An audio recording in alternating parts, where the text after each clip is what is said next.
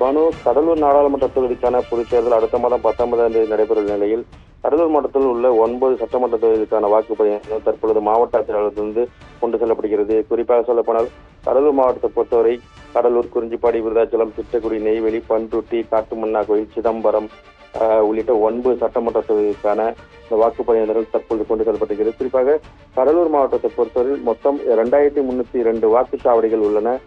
தற்பொழுது இந்த வாக்குச்சாவடி மையங்களுக்கு தான் தற்பொழுது கடலூர் மாவட்ட ஆட்சியர் அலுவலகத்திலிருந்து கொண்டு செல்லப்படுகிறது. இதனை மாவட்ட ஆட்சியர் தற்போது ஆய்வு மேற்கொண்டு வருகிறது.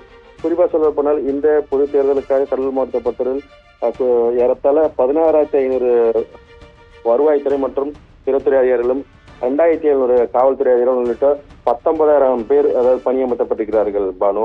அதே போல சொல்ல போனால், கடந்த சட்டமன்ற தேர்தல் பறக்கும்படினா 27 பறக்கும்படிகள் இருக்கிறார்கள். நேற்றைய தினம் கூட கடலூர் மாவட்டத்தில் ஒரே நேரத்தில் 15 லட்சம் ரூபாய் பறிமுதல் செய்யப்பட்டிருக்கிறது. தொடர்ந்து பார்க்குமானால், அதாவது தேர்தல் அமலுக்கு வந்திருக்கும் கூறலாம் பானு.